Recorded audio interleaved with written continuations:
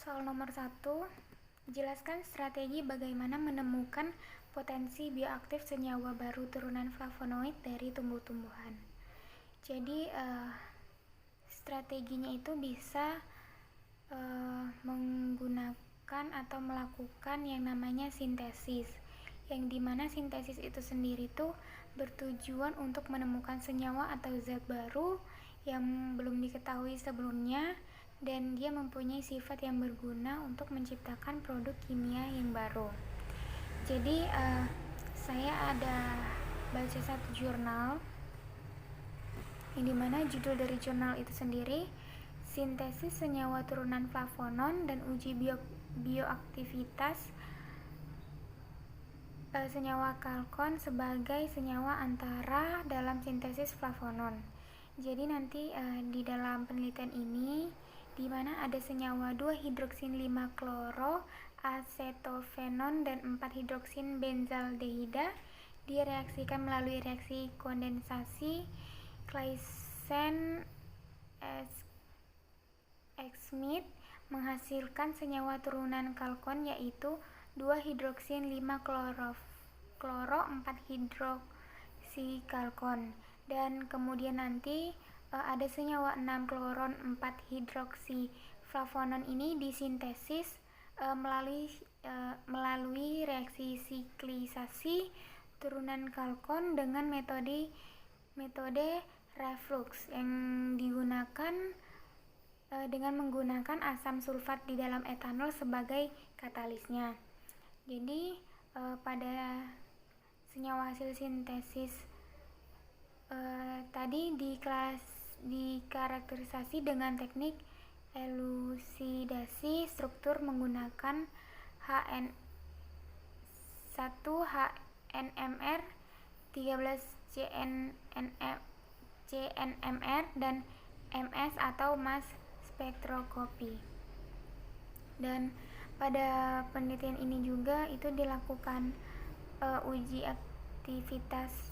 antioksidan dan uji toksisitas dari senyawa 2-hidroksin 5-kloro 4-hidroksikalkon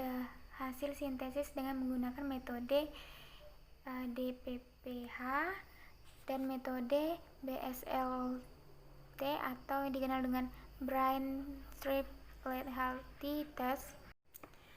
dan dihitung nilai dari IC50 dan LC50 dengan menggunakan analisis Red and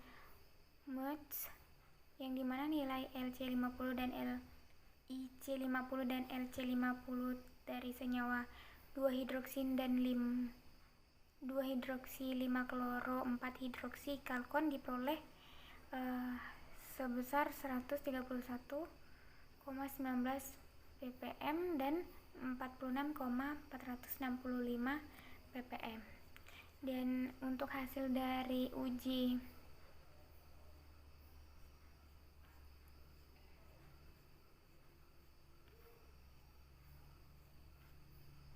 antioksidannya itu yang dimana hasil dari penelitian menunjukkan nilai IC50 senyawa 2-hidroksin 5-kloro 4-hidroksikalkon ini tergolong sebagai senyawa yang memiliki aktivitas antioksidan lemah,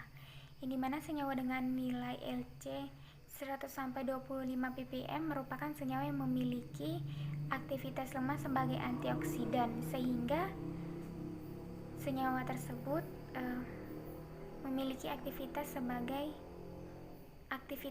sebagai antioksidan. Dan untuk uji toksisitasnya sendiri itu yang dimanakan ini menggunakan metode Brain Strip Lethality Test dengan konsentrasi larva udang Artemia salinalech. Ini dihasilkanlah bahwa pada LC50 ditetapkan dari data hewan mati dan hewan hidup yang masing-masing diakumulasikan, dan data tersebut kemudian dianalisis menggunakan metode analisis Red and Muir dengan hasil menunjukkan bahwa nilai Lc senyawa kalkon hasil sintesis adalah 46,456 ppm. Dengan demikian dapat disimpulkan bahwa senyawa berpotensi sebagai antibakteri.